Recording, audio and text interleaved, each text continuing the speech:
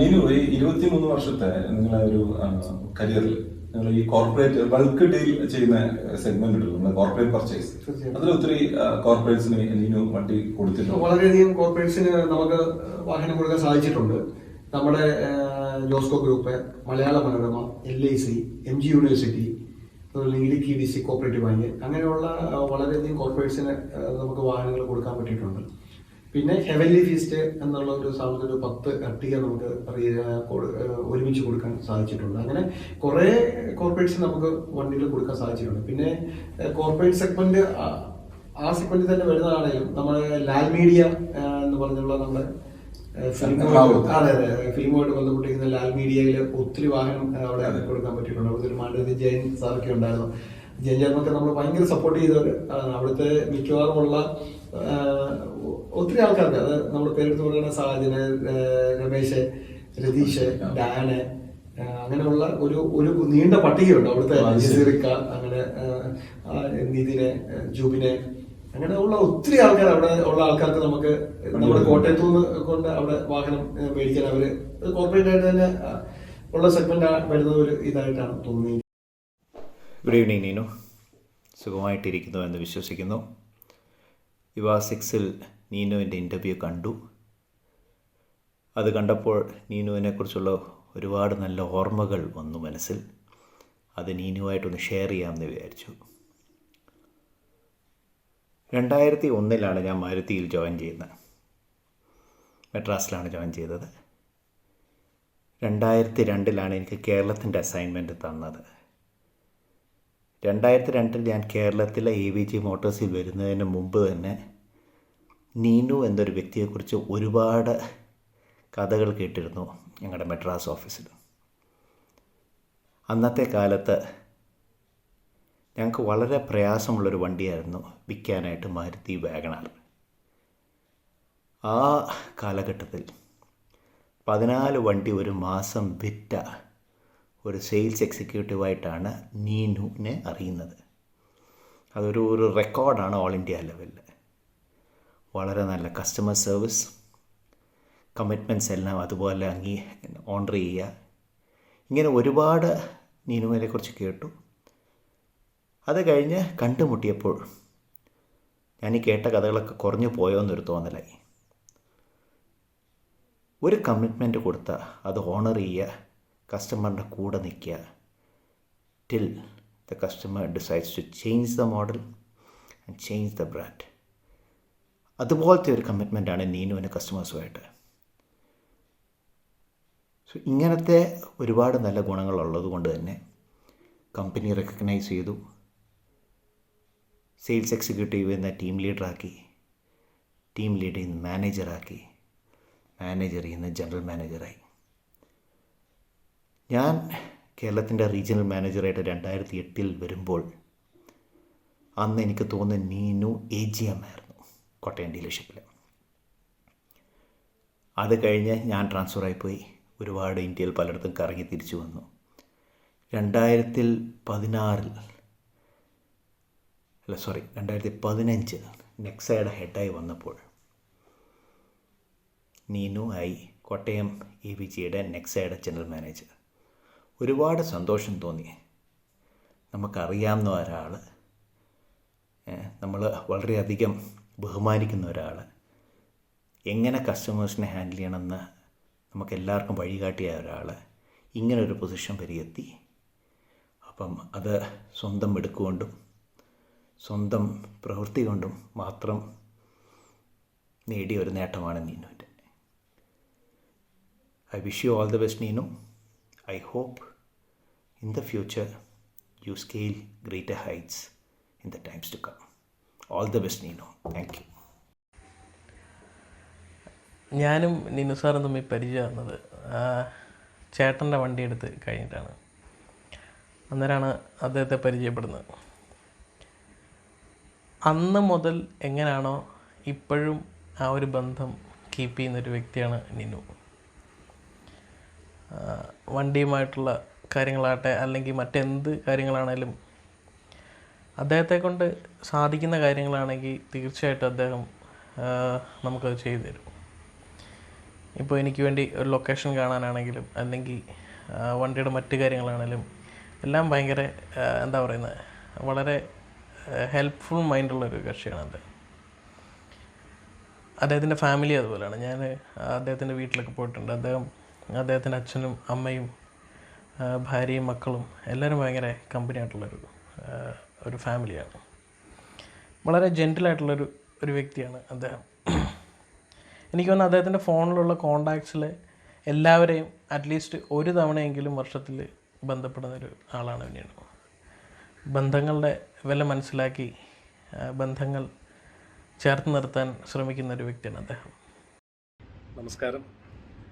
ഞാൻ നീനുവിനെ പരിചയപ്പെടുന്നത് 2009 ഞാൻ അന്ന് ഒരു സ്വിഫ്റ്റ് കാർ എടുക്കാൻ വേണ്ടിയിട്ട് കോട്ടയം AVG അവിടെ പോയപ്പോഴാണ് ഞാൻ നീനുവിനെ പരിചയപ്പെടുന്നത്. ആ ബന്ധം ഇന്നും വളരെ സ്ട്രോങ് ആയിട്ട് മുന്നോട്ട് പോകുന്നുണ്ട്. നീനുവിനെ കുറിച്ച് പറയാൻ വെച്ചാൽ ഒരു എക്സ്ട്രാ ഓർഡിനറി ഒരു സെയിൽസ്മാൻ ആറ്റിറ്റ്യൂഡ് ഉള്ള ഒരു മനുഷ്യനാണ്. ഇത്രയും നല്ലൊരു സെയിൽസ്മാനെ ഞാൻ ലൈഫിൽ കണ്ടിട്ടില്ല. ഏത് കമ്പനിയിലാണെങ്കിലും നീനു വർക്ക് ചെയ്യുന്നുണ്ടെങ്കിൽ ആ കമ്പനിക്ക് നീനു ഒരു അസറ്റ് തന്നെ ആയിരിക്കും. പിന്നെ ആസ് എ ഫ്രണ്ട് പറയുകയാണെങ്കിൽ സാധാരണ ഒരു കാറ് വാങ്ങിക്കഴിഞ്ഞ് കഴിഞ്ഞാൽ പിന്നെ കസ്റ്റമറായിട്ട് കമ്പനിക്ക് ബന്ധം വയ്ക്കേണ്ട ഒരു ആവശ്യമില്ല. പക്ഷേ നീനു അങ്ങനെയല്ല. നീനു കൃത്യമായ ഇടവേളകളിൽ വിളിക്കും. ആ ബന്ധം പുതുക്കി അത് മുന്നോട്ട് കൊണ്ടുപോകും. അതെന്താണെങ്കിലും ഒരു ഇൻഷുറൻസ് റിന്യൂവലിൻ്റെ ഒരു റിമൈൻഡർ ആയിട്ടാണെങ്കിലും അല്ലെങ്കിൽ ഏതെങ്കിലും ഒരു ഫംഗ്ഷനോ അല്ലെങ്കിൽ ഒരു ഫെസ്റ്റിവലിന് വിഷ് ചെയ്യാനാണെങ്കിലും കൃത്യമായി വിളിച്ചിരിക്കും. ആ ഒരു വളരെ ജെന്യുവനായിട്ടുള്ളൊരു ഫ്രണ്ടാണ് നീനു.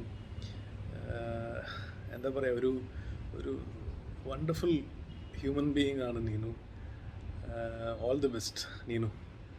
നീനു എങ്ങനെയാണ് ഇവരെ കണക്ട് ചെയ്യുന്നത്? ഇപ്പം കോട്ടയം ബേസ് ചെയ്തുകൊണ്ട് നീനു എല്ലാ ഡിസ്ട്രിക്റ്റിലേക്കും ഇവരെ കണക്ട് ചെയ്യുന്നത് എങ്ങനെയാണ്? അല്ല, ഇവരിലൊക്കെ ഉള്ള കൂടുതലും റെഫറൻസ് വഴിയാണ് വരുന്നത്. ഈ ഒരാൾക്ക് വണ്ടി കൊടുത്തു, അവരുടെ റിലേറ്റീവ്സോ അല്ലെങ്കിൽ ഫ്രണ്ട്സോ അങ്ങനെയുള്ളവരാണ് കൂടുതൽ നമുക്ക് നമ്മുടെ ഇതിൽ വരുന്നത്. പിന്നെ ഇവരെല്ലാം നമ്മുടെ ഒരു വിശ്വാസം ആർജിച്ചെടുക്കാൻ കുറച്ച് സമയം എടുക്കും. ഇവരുമായിട്ടുള്ള ബന്ധങ്ങൾ നമ്മൾ മുന്നോട്ട് പോകുമ്പോഴേ നമ്മുടെ ആളുടെ ഡീലിങ്സ് ഒക്കെ ഇഷ്ടപ്പെടുന്നതുകൊണ്ടാണ് ഇവർ വീണ്ടും നമുക്ക് റെഫറൻസ് ചെയ്യുന്നത്. ശരിക്കും ഒരു കസ്റ്റമർ 3 കസ്റ്റമർ ക്രിയേറ്റ് ചെയ്യും എന്ന് പറയാറുണ്ട്. അതേപോലെ തിരിച്ചും ഒരു കസ്റ്റമർ ചിലപ്പോൾ 3 കസ്റ്റമറെ നശിപ്പിക്കാനും ചിലപ്പോൾ കസ്റ്റമർ സാധിക്കും.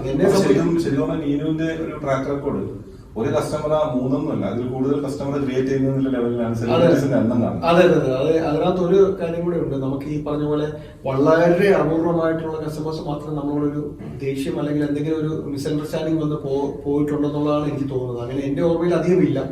എങ്കിലും വളരെ കുറച്ച് കസ്റ്റമർ നമ്മളോടും ചിലപ്പം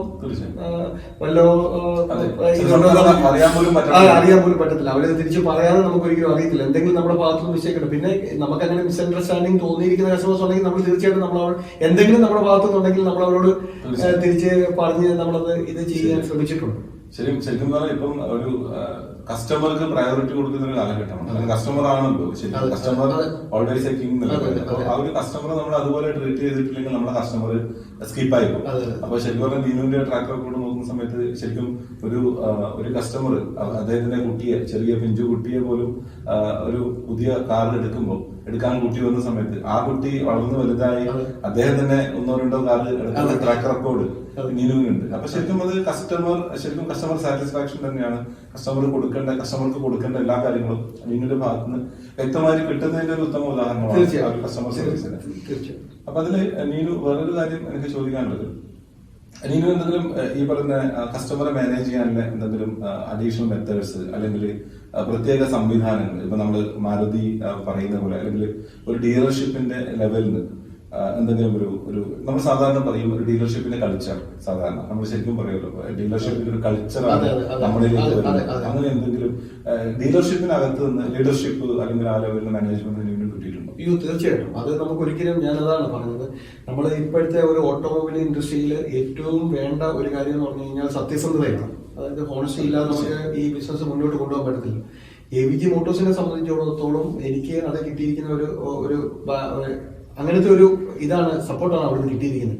ഞാൻ AVG മോട്ടോഴ്സ് ജോയിൻ ചെയ്ത് അന്ന് തൊട്ട് ഇന്ന് വരെ നമ്മുടെ സത്യസന്ധ, അതായത് അത് ഇല്ലാത്ത ഒരു ബിസിനസ് നമ്മൾ ചെയ്തിട്ടില്ല. ചെയ്യുന്നത് നമ്മുടെ മാനേജ്മെന്റിൽ നിന്നും അതുപോലെ തന്നെ നമ്മുടെ ബോസിൽ നിന്നും ഒക്കെ അത് തന്നെയാണ് നമ്മൾ കിട്ടിക്കൊണ്ടിരിക്കുന്നത്.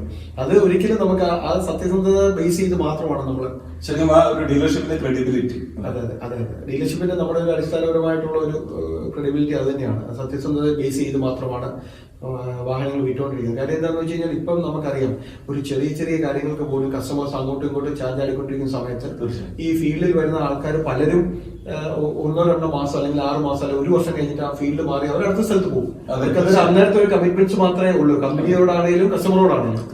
കൺസിസ്റ്റന്റ് ആയിട്ട് നിൽക്കുന്ന ആൾക്കാർ എപ്പോഴും നമ്മളത് കസ്റ്റമറോട് ഒരു സത്യസന്ധത കാണിക്കണം, കമ്പനിയോട് സത്യസന്ധത കാണിക്കണം. അങ്ങനെ ഒരു കൾച്ചർ പോയാൽ മാത്രമേ നമുക്ക് മുന്നോട്ട് പോകുള്ളൂ. നമ്മുടെ മാനേജ്മെന്റും ഞങ്ങളുടെ ബോസസ് എല്ലാം അത് അങ്ങനെയുള്ള ഒരു കൾച്ചർ ഡെവലപ്പ് ചെയ്യാൻ എന്ന് ശ്രമിച്ചിട്ടുണ്ട്. പ്രത്യേകിച്ച് ഞങ്ങൾ തുടങ്ങിയ സമയത്ത് തന്നെയാണ് ചെയർമാൻ ആണെങ്കിലും AV ജോർജ് സാറ്, അദ്ദേഹത്തിന്റെ ഫാദറാണ് വർക്കിയൂർ സാറ്. AV ജോർജ് സാറിന്റെ നമ്മുടെ ഈ ഫൗണ്ടർ ആയിട്ടുള്ള AV ജോർജ് സാറാണെങ്കിലും തിരിച്ചു വന്ന് ഞങ്ങളുടെ ബോസ് ആയിട്ടുള്ള എൻ്റെ മുൻ ബോസായിരുന്ന നമ്മുടെ CEO ആയിരുന്ന ജോത്തോം സാറാണെങ്കിലും, അത് കഴിഞ്ഞിട്ട് ബീന മാഡം ആണെങ്കിലും, നമ്മുടെ എൻ്റെ ഇപ്പോഴത്തെ CEO ആണ് ബീന മാഡം ആണെങ്കിലും ഒക്കെ ഒരു നമ്മളെ പഠിപ്പിച്ച ഒരു കൾച്ചർ എന്ന് പറയുന്നത് ഈ ഒരു ഇത് തന്നെയാണ്. സത്യസന്ധമായിട്ട് നമ്മൾ പറയുന്ന വാക്കുകൾ കീപ്പ് ചെയ്ത് തന്നെ പോകാനുള്ള ഒരു, അതുകൊണ്ട് മാത്രമാണ് നമുക്ക് ഇപ്പോഴും ഈ പറഞ്ഞ പോലെ തന്നെ എല്ലാവരും നമ്മുടെ അടുത്തോട് വരാനുള്ള. തീർച്ചയായും അല്ല, ഇതിൽ ഒരു ഡീലർഷിപ്പിൽ 23 വർഷം നിൽക്കാൻ താല്പര്യപ്പെടുന്നു എന്ന് പറയുമ്പോൾ തന്നെ ഇവർക്കൊക്കെ വ്യക്തമായ റോളുകൾ അതിലുണ്ടെന്ന് മനസ്സിലാക്കുന്നത്. കാരണം എന്താ വെച്ച് കഴിഞ്ഞാൽ ഇവരൊക്കെ സപ്പോർട്ടോട് കൂടിയിട്ടാണ് നീനു വളർന്നത്. തീർച്ചയായും. അപ്പം നീനു വേറൊരു കാര്യം ചോദിക്കാനുള്ളത്, പിന്നെ ഈ നീനു ചന്ദ്രൻ നമ്മൾ ആദ്യം കേൾക്കുന്ന ഒരു പേരാണ്. കാരണം നമ്മള് ആ പേര് പറയുമ്പോൾ തന്നെ നീനു ചിരിച്ചു. കാരണം ഇത് സാധാരണഗതിയിൽ നമ്മൾ ആദ്യം നീനു ചന്ദ്രൻ എന്ന് പറയുമ്പോൾ നമ്മുടെ മനസ്സിലേക്ക് ആദ്യം ഓടിക്കുന്നത് ഒരു പെൺകുട്ടിയുടെ പേരാണ്, ഒരു ഫീമെയിൽ വെർഷൻ പേരാണ് നമുക്ക്. കാരണം ഇൻസിഡന്റ് എനിക്കും ഉണ്ടായിട്ടുണ്ട്, ഇൻസിഡന്റ് പലർക്കും ഉണ്ടായിട്ടുണ്ട്, പലതരത്തില് നമുക്കറിയാം. ഇൻഡസ്ട്രിക്കകത്ത് നീനു ചന്ദ്രൻ എന്താണെന്ന് നമുക്കറിയാം. അപ്പൊ നീനുവിന് അങ്ങനെ എന്തെങ്കിലും പേഴ്സണൽ എക്സ്പീരിയൻസ് ഉണ്ടായിട്ടുണ്ടോ? തീർച്ചയായിട്ടും. ഈ പറയുന്ന പോലെ തന്നെ ആ പേരിന് ഒത്തിരി പ്രത്യേകതയുള്ള ഒരു പേരായിട്ടാണ് പലരും പറയുന്നത്. പ്രത്യേകിച്ച് ഒരു ഫീമെയിൽ പേരായിട്ടാണ് കൂടുതലും ആൾക്കാർ പറയുന്നത്. നീനു ചന്ദ്രൻ എന്നുള്ള പേര് കേട്ട് ആൾക്കാർ പലരും ഒരു ലേഡിയാണെന്ന് ഉദ്ദേശിച്ച് നമ്മുടെ അടുത്ത് ഇന്റർവ്യൂവിന് വന്ന അവസരങ്ങൾ ഉണ്ടായിട്ടുണ്ട്. ഈ നീനു ചന്ദ്രൻ എന്ന പേര്, കാരണം അതൊരു ഈ പേര് പറയുമ്പോൾ തന്നെ നീനു ചിരിക്കുന്നു. കാരണം ഈ നീനു ചന്ദ്രൻ എന്ന പേര് ഞാൻ സത്യത്തിൽ മാരുതിയിൽ വന്ന സമയത്ത് ഞാൻ ആദ്യം കേൾക്കുമ്പോൾ, ഞാൻ പലപ്പോഴും മാരുതിയിലെ മീറ്റിംഗിൽ വരുന്ന സമയത്ത് ഞാൻ ആദ്യം നിങ്ങളുടെ ഡീലർഷിപ്പിന് പിന്നെ ഒരു ലേഡി റെപ്രസെന്റേഷൻ ഉണ്ട്, അതേപോലെ ഒരു മെയിൽ റെപ്രസെന്റേഷൻ നീനു ഉണ്ട്. അപ്പൊ ഞാൻ പലപ്പോഴും ഞാൻ തന്നെ തെറ്റിദ്ധരിച്ചിട്ടുണ്ട്, ഇത് നീനു അവരാണോ? കാരണം നീനു എസ് ചന്ദ്രൻ എന്ന പേര് പലപ്പോഴും നമ്മൾ മാരുതി മീറ്റിംഗ്സ് ഒക്കെ നമ്മൾ ആദ്യം കാണുമ്പോൾ പരിചയപ്പെടുന്നതിന് മുന്നേ വിളിക്കാറുണ്ട്. അപ്പൊ ഈ നീനു ചന്ദ്രൻ എന്ന പേര് ലേഡിയാണെന്ന് തെറ്റിദ്ധരിച്ചത് പല അനുഭവങ്ങൾ അങ്ങനെയുണ്ടോ?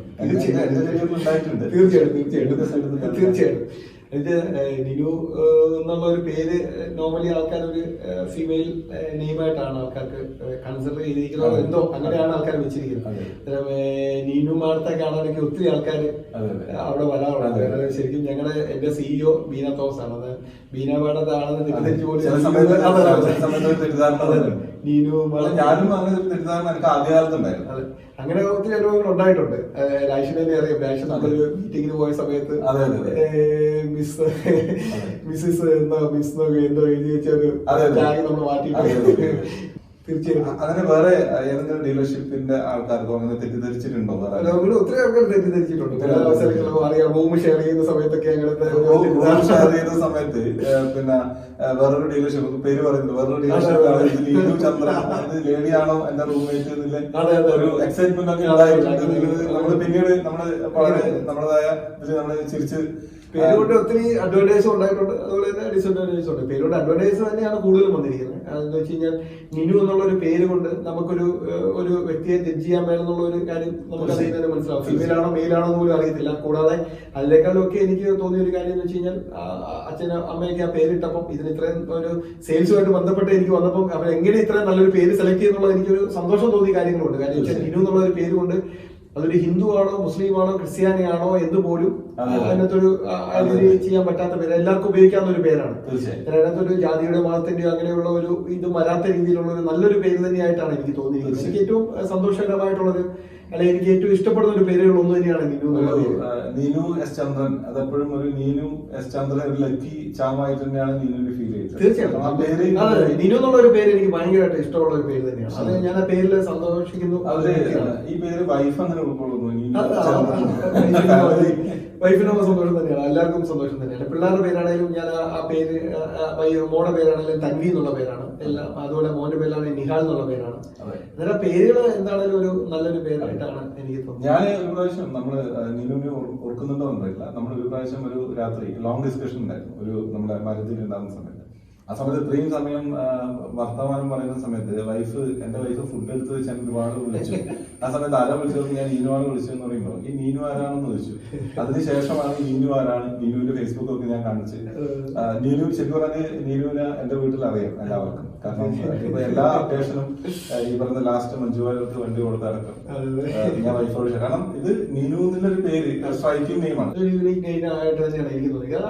നല്ലൊരു പേരായിട്ടാണ്. എനിക്ക് ആദ്യമൊക്കെ വിഷമം ഉണ്ടായിരുന്നു, സ്കൂളിലൊക്കെ പഠിക്കാൻ നീനു എന്നൊക്കെ പറഞ്ഞ് കളിയാക്കുന്നത് അറിയാമല്ലോ, നീനു എന്നൊക്കെ പറയുമ്പോൾ. പക്ഷെ അത് ഈ സെയിൽസിൽ വന്നപ്പം സെയിൽസുമായിട്ട് റിലേറ്റ് ചെയ്തപ്പോൾ അത് ഭയങ്കര ഒരു പോസിറ്റീവ് ആയിട്ടുള്ള പേര് തന്നെയായിട്ടാണ് തോന്നുന്നത്. വളരെ സന്തോഷമുണ്ട് ആ അച്ഛനും അമ്മയും അങ്ങനെ ഒരു പേരിടാൻ സാധിച്ചതിൽ വളരെ ഒരു സന്തോഷമുണ്ട്. തീർച്ചയായും. അതുപോലെ നീനുവിന് എന്തെങ്കിലും ഹോബീസ് എന്തെങ്കിലും ഉണ്ടോ? ഹോബീസ് ഇപ്പം അല്ലെങ്കിൽ ഹോബീസിന്റെ കൂടെ പറയുമ്പോൾ നമ്മള് ഇപ്പൊ ഈ ബിസിനസ് പ്രഷേഴ്സ്, പിന്നെ ഒരുപാട് ബിസിനസ് പ്രഷേഴ്സ് നമുക്ക് ഉണ്ടാവും. ടാർഗറ്റിന്റെ ഇഷ്യൂസ്, പ്രത്യേകിച്ച് നമ്മൾ ഒരു മാരുതി സുസുക്കി ഫ്രെയിമിനകത്ത് ഒരു ഹൈ പ്രഷറിലേക്ക് പോകുന്ന ചില മുഹൂർത്തങ്ങളുണ്ട്.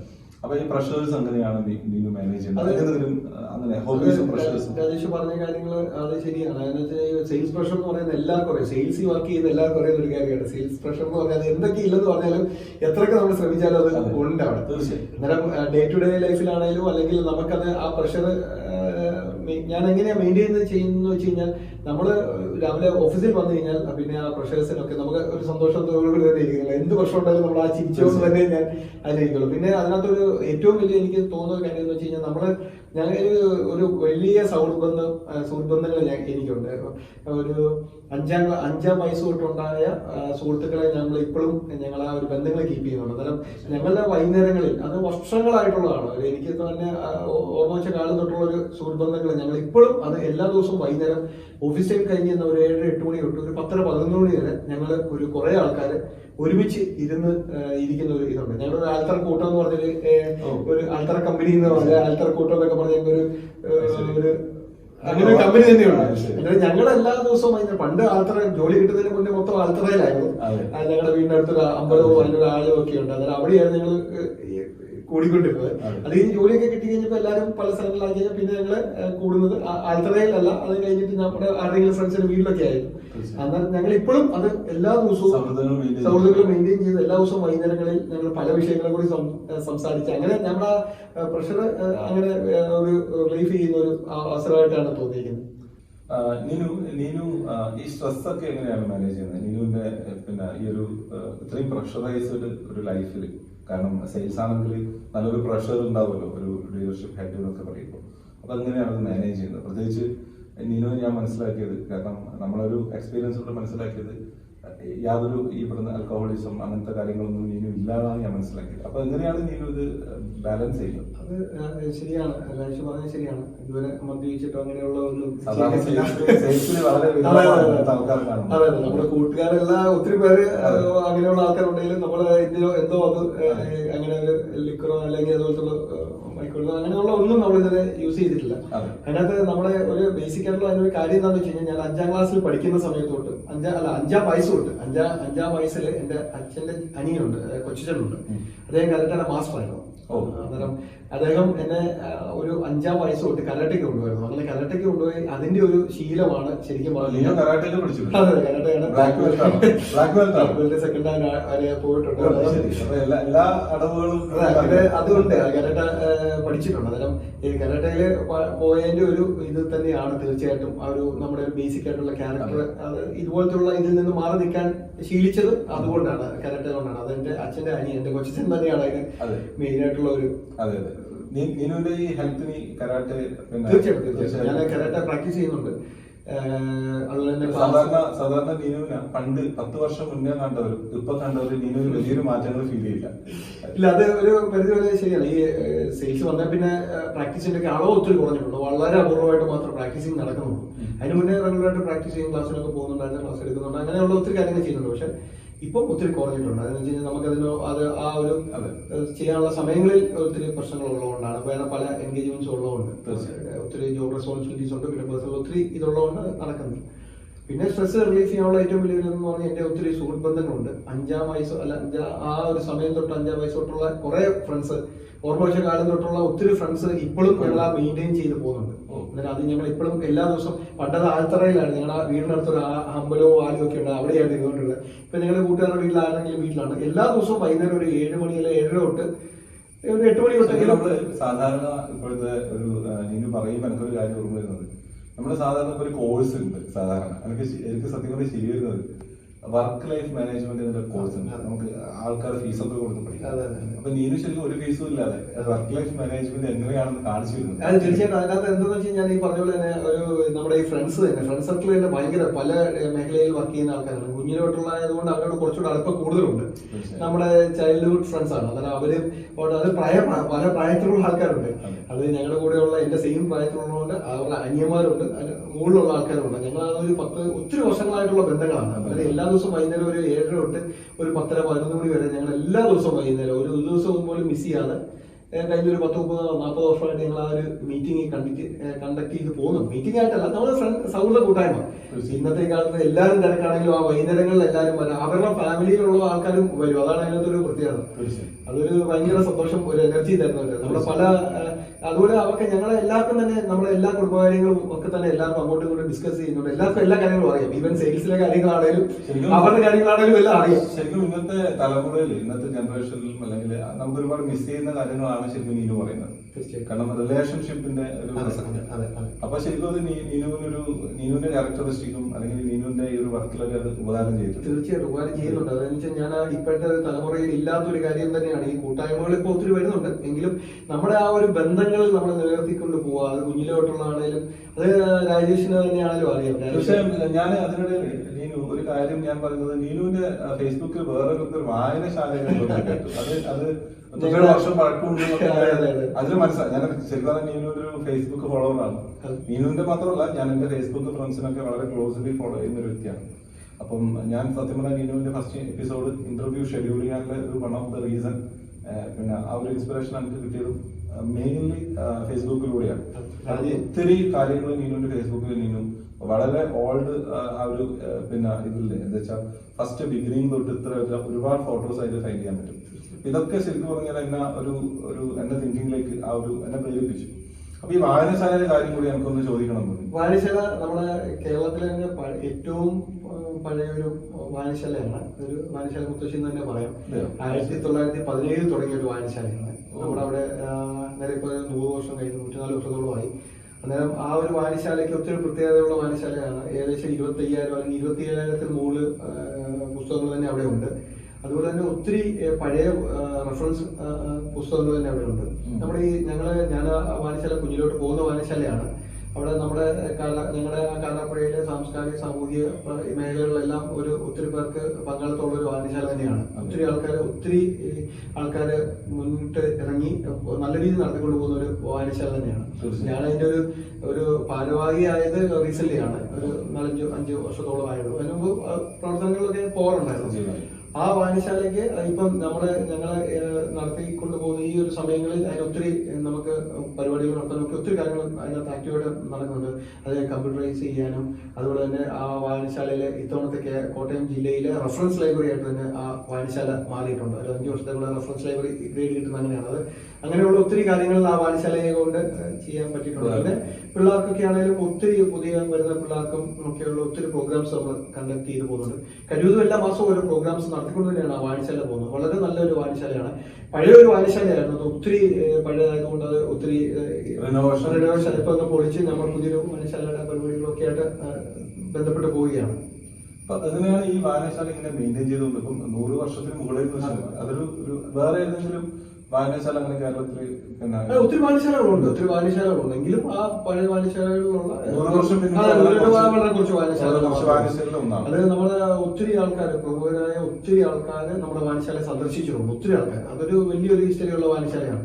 അത് പല നമ്മുടെ KP സ്മെല്ലർ പോലുള്ള വളരെ ഒത്തിരി ആൾക്കാർ അതിനകത്ത് ആ ഒരു നമ്മുടെ നമ്മുടെ ഒരു രജിസ്റ്റർ തന്നെയുണ്ട് അവിടെ. അത് പഴയ ആൾക്കാർ വന്ന് പോയതിന്റെ അവരുടെ ഒരു ഡയറി കുറിപ്പുകൾ തന്നെ ആണ് നമ്മൾ സൂക്ഷിച്ചു വെച്ചത്. അതൊരു നല്ലൊരു വായനശാലയാണ്. ഒത്തിരി പുസ്തകങ്ങളുണ്ട്.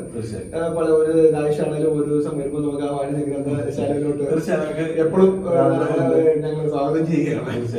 അതില് നീനു ഇപ്പൊ ഈ വായനശാലയുമായി ബന്ധപ്പെട്ട് കിടക്കുന്ന വായിക്കാൻ ഇഷ്ടമുള്ള ആള്, എഴുതാൻ ഇഷ്ടമുള്ള ആള്, അങ്ങനെ വരുമ്പോ നീനും എഴുതുമോ? ഒരിക്കലും നമ്മള് എന്നെ അറിയാവുന്ന എന്റെ സുഹൃത്തുക്കൾക്ക് അറിയാം, ഞാൻ ആരാന്നുള്ള എന്നെ അറിയാവുന്ന എല്ലാവർക്കും അറിയാം.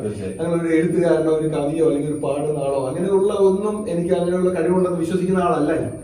എങ്കിലും ഞാൻ വായനശാലയുമായിട്ട് ബന്ധപ്പെട്ട് കഴിഞ്ഞപ്പോൾ വായിക്കണമെന്നുള്ള ഒരു ആഗ്രഹമുണ്ട്. അതുകൊണ്ട് ഒരു വായന ശീലം ആക്കി തുടങ്ങിയിട്ടുണ്ട്.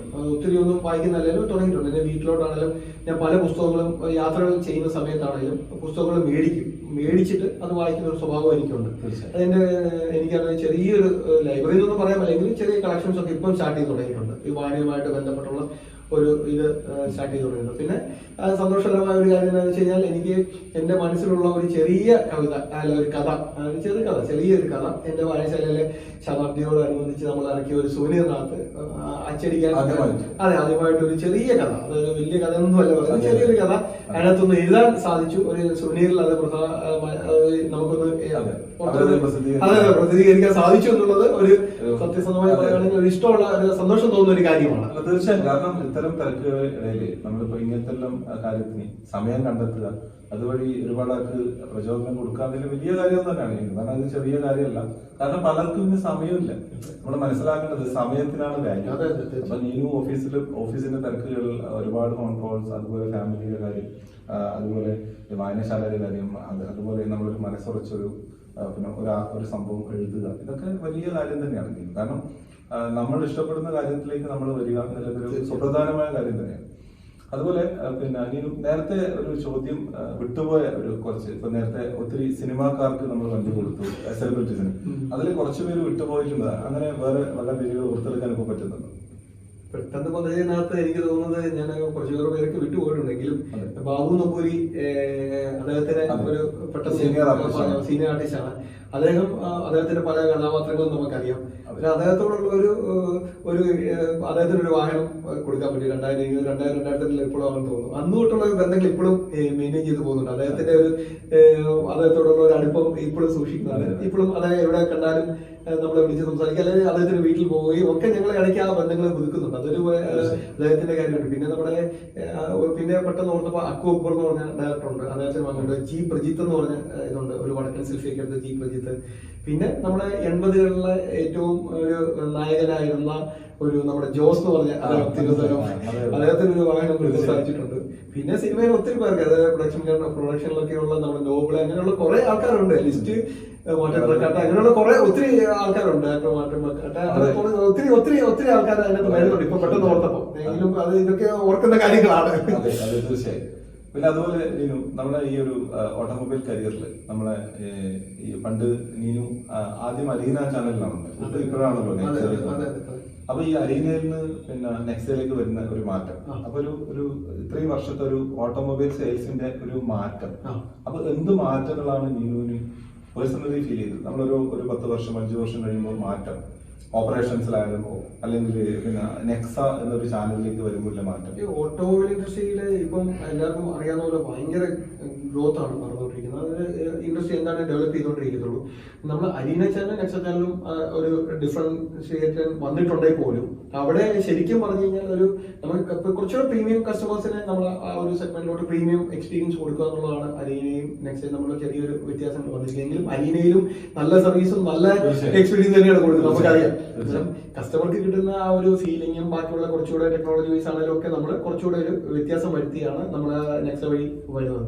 എങ്കിലും ഓട്ടോമൊബൈൽ ഇൻഡസ്ട്രിയിൽ വരുന്ന ഇപ്പോഴത്തെ ഒരു ഗ്രോത്ത് കണക്കിലെടുക്കുമ്പോൾ എല്ലാ മേഖലയിലും എല്ലാ ഡീലർഷിപ്പുകളിലും എല്ലാ മാനുഫാക്ചറേഴ്സും കസ്റ്റമർ ഓറിയന്റേഷൻ ഭയങ്കര കസ്റ്റമർ സാറ്റിസ്ഫാക്ഷൻ നോക്കി തന്നെയാണ് വരുന്നത്. പിന്നെ ടെക്നോളജി വൈസ് ആണെങ്കിലും ഒത്തിരി വ്യത്യാസങ്ങൾ വന്നിട്ടുണ്ട്. പണ്ടത്തെ കസ്റ്റമർക്ക് നമുക്കൊരു ഇൻഫർമേഷൻ കസ്റ്റമർക്ക് പറഞ്ഞു കൊടുക്കേണ്ട ഒരു സാഹചര്യമാണ്. ഇപ്പം കസ്റ്റമർക്ക് അങ്ങനെ ഒരു സാഹചര്യമല്ല. കസ്റ്റമർക്ക് ഒരു പേപ്പർലെസ്സിലേക്ക് വന്നു. അതെ, പേപ്പർലെസ്സിലോട്ട് വന്നു. കൂടാതെ തന്നെ കസ്റ്റമർ അവെയർ ആണ്. പിള്ളേർ എല്ലാ പുതിയ ജനറേഷൻസ് ആണ്, അവർ ഫുള്ളി അവെയർ ആണ്. അവര് സോഷ്യൽ മീഡിയയിൽ നമ്മൾ എന്ത് സെർച്ച് ചെയ്ത് കഴിഞ്ഞാലും ഈവൻ ഗൂഗിളിൽ നമ്മൾ എന്ത് സെർച്ച് ചെയ്താലും നമുക്ക് നമ്മുടെ മുന്നിലേക്ക് എത്തി. സ്പെസിഫിക്കേഷൻ മൊത്തം എത്തി. നമ്മളിപ്പോ ഏത് ബഡ്ജറ്റിലുള്ള നീനുവിന്റെ മുന്നിൽ എനിക്ക് തോന്നുന്നത് പണ്ടത്തെ കസ്റ്റമേഴ്സ് എന്ന് വെച്ചാൽ നമ്മൾ പറഞ്ഞു കൊടുക്കുന്ന കുറെ കാര്യങ്ങൾ, അവരോരോ ഡീലർഷിപ്പ് കയറി ഓരോ കാര്യങ്ങൾ മനസ്സിലാക്കി അവരെ നീണ്ട് ഫുൾഫിൽ ചെയ്യുന്ന കാര്യങ്ങളാണ്. പക്ഷെ ഇപ്പൊ ഒരു കസ്റ്റമർ വ്യക്തമായ കാര്യത്തോടെയാണ് ഡീലർഷിപ്പിലേക്ക് അവരൊരു തീരുമാനം. പണ്ടുള്ള ഒരു കാര്യം, എനിക്ക് പണ്ടുള്ള കാര്യങ്ങളുമായിട്ട് ഇപ്പം തോന്നിയ ഒരു ഡിഫറൻസ് എന്താണെന്ന് വെച്ചാൽ, പണ്ട് ആൾക്കാർ ഒത്തിരി ആലോചിച്ച് ഒത്തിരി നേരം എടുത്ത് ഒത്തിരി അവരുടെ സമ്പാദ്യം ഇൻവെസ്റ്റ് ചെയ്യുമ്പോൾ അവർ ഒത്തിരി അതിനെക്കുറിച്ച് പഠിച്ച് അല്ലെങ്കിൽ അതിനെക്കുറിച്ച് ആലോചിച്ച് ചെയ്യുക എന്നുള്ള ഒരു ഗുണം എന്തായിരുന്നു. അന്നത്തെ ഒരു ഗുണം ഞാൻ പറയാം എന്താന്ന് വെച്ച് കഴിഞ്ഞാൽ, നമ്മൾ തമ്മിലുള്ള കസ്റ്റമറുമായിട്ടുള്ള ബന്ധങ്ങൾക്ക് കുറച്ച് ഡ്യൂറേഷൻ കൂടുതലായിരുന്നു. എന്നാൽ അതൊരു ഭയങ്കര ഒരു ഫാക്ടറാണ്. ശരിക്കും ഇപ്പം അങ്ങനെയുള്ള കസ്റ്റമർ ഓൾറെഡി എഡ്യൂക്കേറ്റഡ് 90% ആൾക്കാർ അത് പഠിച്ചു വന്ന് വണ്ടി എടുത്ത് പോകുക എന്നുള്ളതാണ്. കസ്റ്റമർക്ക് കൊടുക്കുന്ന സമയം കസ്റ്റമർ നമുക്ക് തരുന്ന സമയം കമ്പാരിറ്റീവ്ലി കഴിഞ്ഞ പണ്ടത്തെ കാലഘട്ടങ്ങൾ കുറവാണ്. എല്ലാവരും തിരക്കാണ്. ആൾക്കാരുടെ ടൈം ഭയങ്കര തിരക്കുള്ള ഒരു ബിസി ലൈഫ് ആകുമ്പോൾ അതിലൊരു ചെറിയൊരു ലാപ്സ് വന്നിട്ടുണ്ടെന്നുള്ളത് മാത്രമേ ഉള്ളൂ. ബാക്കിയുള്ള എല്ലാം ഓൾമോസ്റ്റ് കസ്റ്റമർക്ക് ഇന്നത്തെ ഒരു കാലത്ത് തന്നെയാണ് അഡ്വാൻറ്റേജ് കൂടുതലും. ഇന്നത്തെ ഒരു കാലത്ത് തന്നെയാണ് അത് എല്ലാ രീതിയിലും. തീർച്ചയായും. പിന്നെ അതുപോലെ നമ്മൾ അരീന ഡീലർഷിപ്പിൽ വർക്ക് ചെയ്യുന്ന സമയത്ത്, അരീന ഡീലർഷിപ്പിൽ പണ്ട് നീനുവിന്റെ പഴയ കാലത്ത് നീനു നമ്മൾ ആ സമയത്ത് ഒരു എ സ്റ്റാർ എന്ന ഒരു മോഡൽ, അത് ഒരു വളരെയധികം ഒരു ട്രമൻഡസ് അല്ലെങ്കിൽ ഒരു കമന്റബിൾ പെർഫോമൻസ് എന്നുള്ള ലെവലിലേക്ക് ഒരു ഇൻസിഡന്റ് ഉണ്ടായി എന്ന് പറയുന്നത്. വാഗണാർ ആ സമയത്ത് ഒരു സ്ട്രഗിൾ ചെയ്യുന്ന സമയമായിരുന്നു. ആ സമയത്ത് വന്ന സമയത്ത് ഇന്നത്തെ പോലെ കുറച്ചൊരു സ്റ്റാർട്ടിംഗ് ടൈമിൽ കുറച്ച് പ്രഷർ കൂടുതൽ കൊടുക്കേണ്ട ഒരു സമയം ഉണ്ടായിരുന്നു. ആ സമയത്ത് നമുക്കൊരു ഇൻഡിവിജ്വലി കുറെ വാഗണാർ ഒരുമിച്ച് കൊടുക്കാനൊക്കെ പറ്റി. ഒരു മാസം തന്നെ 10-13 വാഹനം എന്തോ കൊടുക്കാനൊക്കെ പറ്റി. അങ്ങനെ മാരി അപ്രിസിയേഷൻ മെയിലൊക്കെ ഒത്തിരി കിട്ടിയതാണ് ആ സമയത്ത്. അതൊരു സന്തോഷകരമായ ഒരു കാര്യമായിരുന്നു. ഇനി വരുന്ന നമ്മളെ ഇതിലേക്കുള്ള കുട്ടികൾ, അതായത് ഉദ്ദേശിക്കുന്നത് നമ്മളെ ഗ്രൂം ചെയ്ത ആ ഒരു കാലഘട്ടം, നമ്മളൊരു 20 വർഷത്തെ ഒരു ഓട്ടോമൊബൈൽ എക്സ്പീരിയൻസ്, 30 വർഷത്തെ എക്സ്പീരിയൻസ്, അതുപോലെ നമ്മളിപ്പോൾ ലാസ്റ്റ് എത്തി നിൽക്കുന്ന ഒരു 10 വർഷം, അതായത് ഈ 10 വർഷത്തിനകത്ത് ഈ ലാസ്റ്റ് വന്ന 5 വർഷത്തിനകത്ത്, അതിൽ നമ്മൾ ഈ 5 വർഷത്തിനകത്ത് വന്ന ഓട്ടോമൊബൈലിലേക്ക് എത്തിപ്പെട്ട കുട്ടികൾ, ഫ്രഷേഴ്സ്, അവർ 5 വർഷം പൂർത്തിയാക്കി, അവരിൽ കാര്യമായ വ്യത്യാസം എന്തെങ്കിലും ഫീൽ ചെയ്തിട്ടുണ്ടോ? വർക്ക് ഓപ്പറേഷൻസ് ഒത്തിരി വ്യത്യാസങ്ങളുണ്ട് ഇപ്പോഴത്തെ കുട്ടികളുടെ ഒരു. അത് ചില സമയത്ത് പ്ലസും മൈനസും ഉണ്ട്. കൂടുതലും ഇപ്പോഴത്തെ കുട്ടികളുടെ അവരുടെ കൺസിസ്റ്റൻസി ആരും അങ്ങനെ കാണിക്കാത്ത ഒരു ചില സമയങ്ങൾ വരുന്നുണ്ട്. അതായത് അവർക്കൊരു ഇപ്പൊ ഇവിടെ ഒരു ഓപ്പർച്യൂണിറ്റി ഉണ്ട്, അടുത്തൊരു ഓപ്പർച്യൂണിറ്റി ഉണ്ട്, അങ്ങനെ ഒരു സ്കിപ്പ് ചെയ്ത് പോകാനുള്ള ഒരു, ശരിക്കും അവരൊരു നമ്പർ ഓഫ് അല്ലെങ്കിൽ ഒരു ജോബ് ഓറിയന്റഡ് ആണ്, ഒരു കരിയർ സെന്ററിലേക്ക് അവർ പോകുന്നില്ല. ജോബ് മാത്രം നോക്കി ഇപ്പം എത്ര കിട്ടുന്നുണ്ടല്ലോ ഇവിടെ ചാടി അവിടെ ചാടി അങ്ങനെ പോകുന്ന ഒരു ടെൻഡൻസി വരുന്നുണ്ടായിരുന്നു. പിന്നെ ചില ആൾക്കാർ അല്ലാതെ തന്നെ നമുക്ക് എവിടെ പോയാലും കുഴപ്പമില്ല, അവിടെ പോകുന്ന അവർ ആ ഒരു സ്കില്ല് ഡെവലപ്പ് ചെയ്ത് കൊണ്ടുപോകണം. അതാണ് അവരെ മെയിൻ ആയിട്ട് നമ്മളെ ശ്രദ്ധിക്കുന്നത്. ഇപ്പം സെയിൽസുമായിട്ട് റിലേറ്റ് ചെയ്തിരിക്കുമ്പോൾ നമുക്ക് ഒത്തിരി കാര്യങ്ങൾ പറയാം. പക്ഷെ ബാക്കിയുള്ള കാര്യങ്ങളിൽ വരുമ്പോഴത്തേക്ക് അവർ ഓരോന്നിനും ഒരു സ്കില്ല് ഡെവലപ്പ് ചെയ്ത് കൊണ്ടുവരണമെന്നാണ് എനിക്ക് അവരോട് പറയാനുള്ളത്. ഓരോരുത്തരും അവർക്ക് ചെയ്യുന്നതിൽ അവർ കഴിവതും കൺസിസ്റ്റന്റ് ആയിട്ട് ഓരോ സ്ഥലത്ത് തന്നെ നിന്ന് പെർഫോം ചെയ്യണം. പെട്ടെന്ന് കരിയർ ഗ്രോത്തും പെട്ടെന്ന് ഉണ്ടാകാൻ സാധ്യതയുണ്ട്. അതെ, ഒരേ ഡീലർഷിപ്പിൽ തന്നെ ഒന്നും ആകണമെന്നില്ല. ഞാൻ പറഞ്ഞ ഡീലർഷിപ്പുകളിൽ നിൽക്കുവാണെങ്കിൽ ഉള്ളതെന്ന് വെച്ചാൽ ആ ഡീലർഷിപ്പുമായിട്ടൊരു കണക്ഷൻസ് വരും. പിന്നെ കസ്റ്റമർക്കും അത് എപ്പോഴും ഒരു സന്തോഷമായിരുന്നു. കസ്റ്റമർക്കും എപ്പോഴും നമ്മളൊരു സ്ഥലത്ത് തന്നെ ഒരാളെ കാണുക എന്നുള്ളത്, നമ്മൾ തന്നെയാണ് ഒരു കടയിൽ പോയിട്ട് 10 വർഷം മുന്നേ പോയി കണ്ട ഒരാളെ ഇപ്പൊ പോയി കാണുമ്പോൾ അവർക്ക് നമുക്കൊരു അറിയാത്തൊരു ബോണ്ടിങ് വരും. അതൊരു ഭയങ്കര സന്തോഷമുള്ള ഒരു കാര്യമാണ്. തീർച്ചയായും. അതുപോലെ നീനു, നമ്മളിപ്പം ഈ ഓട്ടോമൊബൈൽ ഇൻഡസ്ട്രിയിൽ വർക്ക് ചെയ്യുന്ന സമയത്ത് നീനുവിന് അല്ലെങ്കിൽ നീനുവിന് ഈ ഒരു 23 ഇയേഴ്സ് പിടിച്ചു നിർത്താൻ, അല്ലെങ്കിൽ ഇൻഡസ്ട്രിയിൽ നിന്ന് മാറാതെ, ഇപ്പൊ ഒരുപാട് ഇൻഡസ്ട്രി ഉണ്ട്, FMCG ഉണ്ട്, അല്ലെങ്കിൽ ഇലക്ട്രോണിക്സ്, പല തരത്തിലുള്ള ഇൻഡസ്ട്രീസ് ആണ്. അപ്പൊ അതിൽ ഈ ഓട്ടോമൊബൈൽ ഇൻഡസ്ട്രിയിൽ നിൽക്കാൻ ഒരു പരിധിവരെ ഡീലർഷിപ്പിൻ്റെതായ പിന്നെ അവരെ സപ്പോർട്ട്, അങ്ങനെ ഒരുപാട് കാര്യങ്ങൾ ഉണ്ടാവും, ഒരുപാട് ഇൻഗ്രീഡിയൻസ് ഉണ്ടാവും. പക്ഷെ നീനുവിന് ഒരു ആസ് എ പേഴ്സൺ സ്ട്രോങ് ആയിട്ട് നീനു ബിലീവ് ചെയ്യുന്നത് ഇതിൽ തന്നെ സ്റ്റിക്ക് ഓൺ ചെയ്യാം. ഞാൻ പറഞ്ഞ ഓട്ടോമൊബൈൽ ഇൻഡസ്ട്രിയാണ്, ഇതിൽ നിൽക്കാനുള്ള ഒരു പ്രചോദനം, ഇതിൽ തന്നെ തുടരാമെന്നുള്ള ഒരു പ്രചോദനം എന്താണ് അതിന്റെ ഒരു മോട്ടിവേഷൻ? ഒന്ന് ഓട്ടോമൊബൈൽ ഇൻഡസ്ട്രിയിലെ ഗ്രോത്ത് തന്നെയാണ്. ഒന്ന് ഗ്രോത്ത് ഉണ്ട്, പിന്നെ ഏണിങ്സ് ഉണ്ട്, പിന്നെ നമ്മൾ ഈ ഒരു ഫീൽഡിൽ ഇത്രയും കണക്ഷൻസ് ഉണ്ട്, പിന്നെ നമ്മുടെ കസ്റ്റമേഴ്സ് ഒത്തിരി ബേസ് ഉണ്ട്. അതൊക്കെ ഒരു ബേസിക് ആയിട്ടുള്ള ഒരു കാര്യങ്ങൾ തന്നെയാണ്. നമുക്ക് അതുകൊണ്ട് തന്നെയാണ് ഓട്ടോമൊബൈൽ ഇൻഡസ്ട്രി ഇപ്പം തന്നെ എന്താണെങ്കിലും ഫ്യൂച്ചർ ഉള്ള ഒരു ഇൻഡസ്ട്രി തന്നെയാണ് ഓട്ടോമൊബൈൽ ഇൻഡസ്ട്രി. അത് ഇന്നും നാളെയായിട്ട് തീരുന്ന ഒരു ഇൻഡസ്ട്രി അല്ല. വർഷങ്ങളോളം മുന്നോട്ട് നല്ലൊരു ഫ്യൂച്ചർ കിടക്കുന്ന ഒരു ഇൻഡസ്ട്രി. അതിലിപ്പം ഇന്ത്യയിൽ തന്നെ ശരിക്കും പറഞ്ഞാല് വേൾഡില് 9th പൊസിഷനിലായിരുന്നു ഇന്ത്യൻ ഓട്ടോമൊബൈൽ റീസെന്റ്. അപ്പൊ ആ ഒരു അത്രയും വേൾഡിൽ തന്നെ വളരെ ഫാസ്റ്റസ്റ്റ് ഗ്രോയിങ് ഇൻഡസ്ട്രിയാണ് ഓട്ടോമൊബൈൽ. അപ്പൊ ഇന്ത്യൻ ഓട്ടോമൊബൈൽ. അപ്പൊ തീർച്ചയായും അതിന്റെ ഗ്രോത്ത് കേരളത്തിലുണ്ട്. അപ്പൊ അതൊരു ഫാക്ടർ തന്നെയാണ്. എന്താണ് നീനുവിനി നമ്മുടെ ഇനി വരുന്ന ജനറേഷൻ, അതായത് പുതിയ കുറേ കുട്ടികൾ നമ്മുടെ ഫീൽഡിലേക്ക് വരുന്നുണ്ട്. ഒത്തിരി പേര് ഡെയിലി ഓട്ടോമൊബൈൽ ഇൻഡസ്ട്രിയിലേക്ക് വരുന്നുണ്ട്. സെയിൽസ് എക്സിക്യൂട്ടീവ് ആയിട്ട്, ഓട്ടോമൊബൈൽ മെക്കാനിക്സ് ആയിട്ട്, സ്പെയർ പാർട്സിലേക്കും അല്ലെങ്കിൽ ആക്സസറീസിലേക്കും, എക്സ്ചേഞ്ച് ഡിവിഷനിലേക്കൊക്കെ.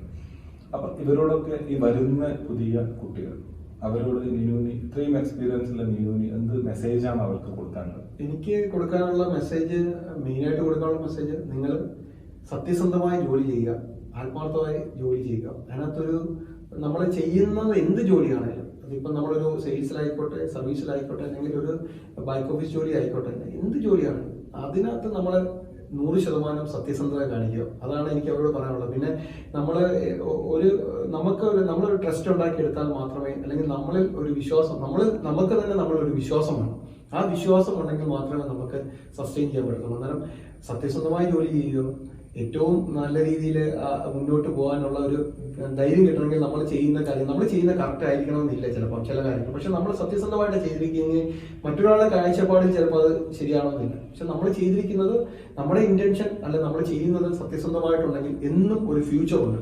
നമുക്ക് എവിടെ പോയാലും നമുക്ക് രക്ഷപ്പെടും എന്നുള്ളത് 100% ഉറപ്പാണ്. അതിനകത്ത് മെയിനായിട്ട് ഉദാഹരണമാണ് നമ്മുടെയൊക്കെ കാര്യങ്ങൾ തന്നെ. തീർച്ചയായും രാജേഷിനും അതിന്റെ കാര്യങ്ങൾ അറിയാമല്ലോ. പിന്നെ അപ്പൊ ശരിക്കും പറഞ്ഞാൽ നമ്മളെ തന്നെ ഒരു ബ്രാൻഡായിട്ട് മാറ്റുക. ശരിക്കും പറഞ്ഞാൽ നമ്മളൊരു പ്രിൻസിപ്പൽ കമ്പനി അല്ലെങ്കിൽ ഒരു മാനുഫാക്ചറർ അസോസിയേറ്റ് ആയിട്ട് നമ്മൾ വർക്ക് ചെയ്യുന്ന നമ്മളെ അത് രാജേഷ് പറഞ്ഞ 100% ഉറപ്പാണ്. നമ്മളിപ്പം നമ്മളെ ട്രസ്റ്റ് ചെയ്താണ് ആൾക്കാർ വരുന്നത്. ഇപ്പോൾ ഒരു ഡീലർഷിപ്പ് ഉണ്ടെങ്കിലും അല്ലെങ്കിൽ എന്താണെന്ന് പറഞ്ഞാലും നമ്മളാണ് അതിന് സെയിൽസ് വർക്ക് ചെയ്യുന്നവരോ സർവീസ് വർക്ക് ചെയ്യുന്നത്. ഫ്രണ്ട് ലൈൻ എന്ന് പറയുന്നത് ആ ഫ്രണ്ടിൽ ഉള്ള ആൾക്കാരുണ്ട്. ഇപ്പോൾ ഒരു കസ്റ്റമർ വന്നു കഴിഞ്ഞാൽ നമുക്ക് എന്തെങ്കിലും ഒരു ആദ്യം ചോദിക്കുന്നതോ അല്ലെങ്കിൽ പറയുന്നത് നമ്മളോട് തന്നെയായിരിക്കും.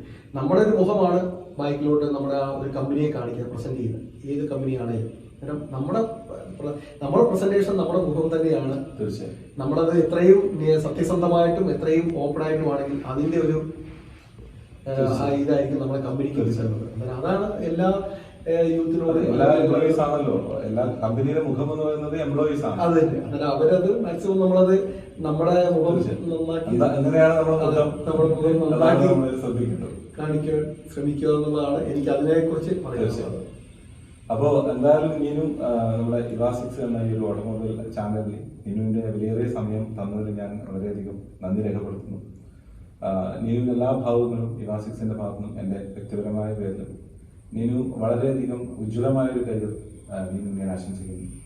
നന്ദി, നമസ്കാരം. രാജേഷിനും അതുപോലെ തന്നെ ഇവാസിക്സിനും രാജേഷിനെ ഏകദേശം എനിക്ക് ഇന്റർവ്യൂ കൺക്ലൂഡ് ചെയ്യുന്നതിന് മുമ്പ് പറയുകയാണ്. രാജേഷിന് ഏകദേശം ഒരു 18 വർഷം അല്ലെങ്കിൽ 19 വർഷം മുന്നേ പരിചയപ്പെടുമ്പോഴുള്ള രാജേഷിന്റെ ഈ ഒരു വളർച്ചയിലും എല്ലാം കാണാൻ സാധിച്ച ഒരു വ്യക്തിയാണ് ഞാൻ. രാജേഷിന്റെ എല്ലാ ഒരു യാത്രയിലും ഒരു കണ്ട് മനസ്സിലാക്കി രാജേഷ് ഏത് ലെവലിൽ വരെ വന്നു എന്നുള്ള എനിക്ക് ആ ഒരു കണ്ട് മനസ്സിലാക്കാൻ ശ്രമിച്ചാണ്. രാജേഷിന്റെ എല്ലാ യാത്രയിലും, മുന്നോട്ടുള്ള യാത്രയിലും രാജേഷിന് എല്ലാവിധ ഭാവങ്ങളും ഉണ്ടാകട്ടെ. രാജേഷിന്റെ ഇവാസിക്സ് എന്ന് പറയുന്ന കമ്പനി ഏറ്റവും നല്ല രീതിയിൽ വരട്ടെ. പ്രത്യേകിച്ച് ഓട്ടോമൊബൈൽ ഇൻഡസ്ട്രിയിൽ ഇതുപോലത്തെ ഒരു ചാനൽ ആദ്യമായിട്ടുള്ള ഒരു ചാനലാണ്. അങ്ങനെ പല മുഖങ്ങളും നമുക്ക് ഈ ഒരു ചാനലിലൂടെ നമുക്ക് കാണാൻ പറ്റുമല്ലോ. അല്ലെങ്കിൽ വരുന്ന തലമുറയ്ക്ക് രാജേഷ് കൊടുക്കുന്ന ഈ ഒരു വാക്കുകൾ അല്ലെങ്കിൽ ഒരു വ്യൂ, അന്നേരം അതൊരു വലിയ കാര്യം തന്നെയാണ്. അന്നേരം രാജേഷിന്റെ ഈ ഒരു ഉദ്യമം എന്ന് പറയുന്നത് തികച്ചും ഒരു അപ്രീഷിയേറ്റ് ചെയ്യുന്ന ഒരു ഉദ്യമം തന്നെയാണ്. അത് ആദ്യ പരിപാടിക്ക് തന്നെ, ആദ്യ പ്രോഗ്രാമിന് തന്നെ എന്നെ ക്ഷണിക്കാൻ രാജേഷിന് തോന്നിയത് സന്തോഷം. രാജേഷിന്റെ ഒരു ചാനലിലെ എല്ലാവിധ ഭാവങ്ങളും നേരുന്നു. രാജേഷിന് എന്നും ഉയർച്ച ഉണ്ടാകട്ടെ എന്ന് ആശംസിക്കുന്നു. വളരെയധികം നന്ദി.